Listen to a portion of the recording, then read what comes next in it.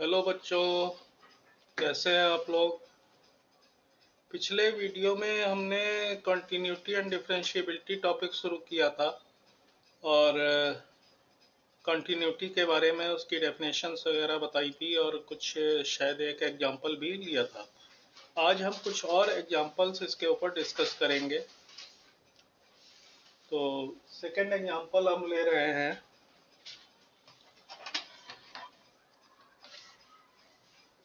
Question है, discuss the continuity of the function f(x) equals to sin x upon x if x is less than 0 and x plus 1 if x is greater than or equal to 0।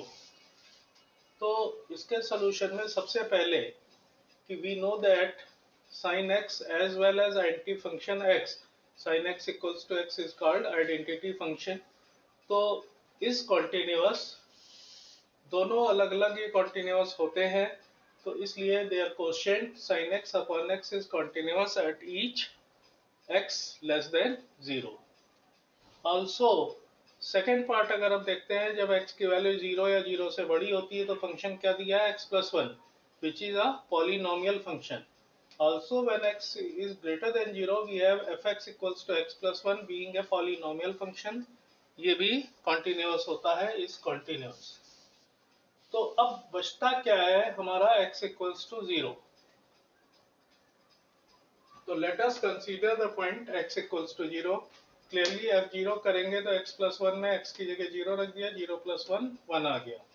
फिर left hand limit करेंगे, limit x tends to 0 minus fx। फिर x को 0 minus h रख दिया तो h tends to 0, limit x tends to 0 f 0 minus h या simply f minus h। तो equals to हो जाएगा limit h tends to 0 sine minus h upon minus h। But we know that sine minus x equals to minus sine x होता है, तो इसलिए sine minus h will be minus sine h upon minus h। ये minus से minus cancel हो गया, sine h upon h। तो limit h tends to 0 sine h upon h ये 1 होता है। ये आइडेंटिटी हमने 11th क्लास में पढ़ी थी। इसी तरह से राइट हैंड लिमिट लेते हैं तो limit x tends to 0 plus fx। अब x की जगह 0 प्लस h रख दिया तो limit h tends to 0 f 0 plus h या simply limit h tends to 0 fh। लेकिन 0 से बड़ा है तो फंक्शन x प्लस 1 हो गया। x प्लस 1 में x की जगह h रख दिया तो h plus 1 and now putting h equals to 0 we get 1। तो we see that left hand limit equal to right hand limit equals to f0। तीनों की वैल्यू 1 आ रही है, तो इसलिए fx is continuous at x equals to 0।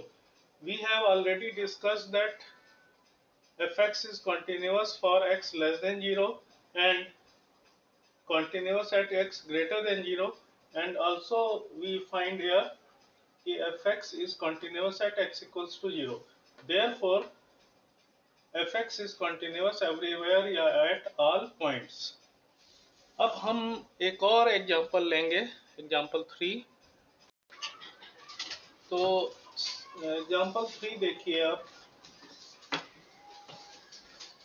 Late fx equals to 1 if x is less than equal to 3, fx equals to x plus b if x 3 less than x less than 5, which means कि open interval 3 5, and fx equals to 7 if 5 less than equal to x।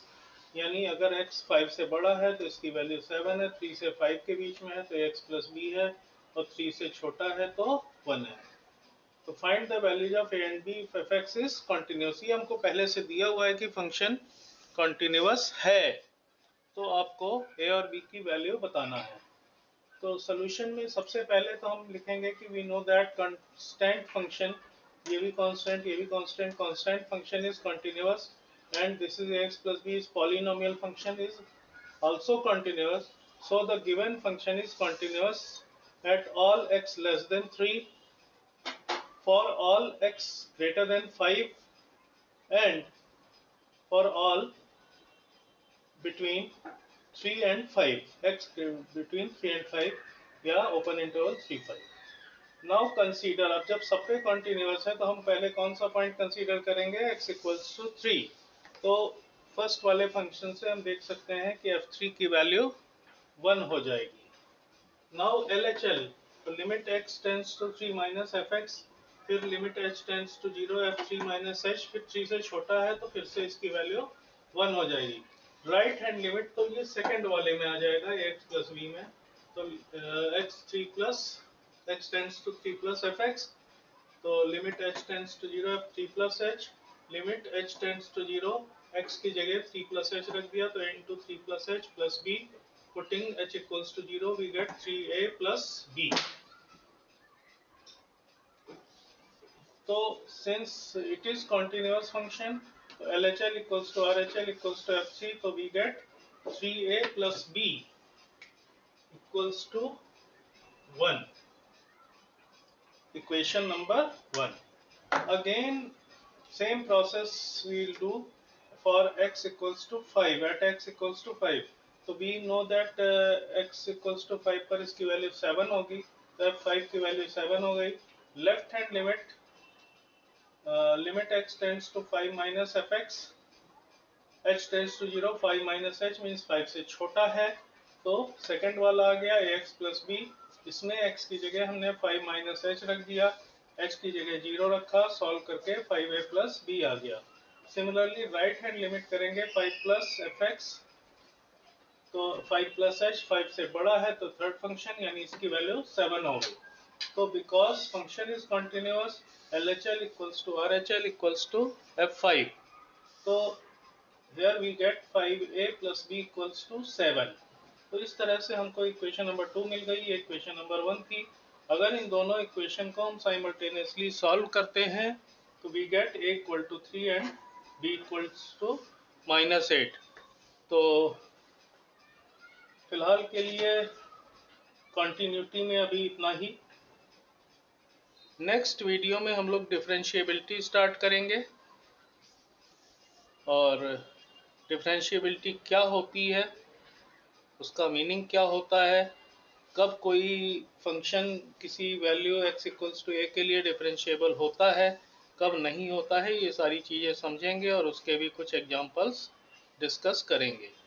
Till then, thank you, and please don't forget to subscribe our channel Alpha Tutorials 888 and press the bell icon for regular updates. Thank you.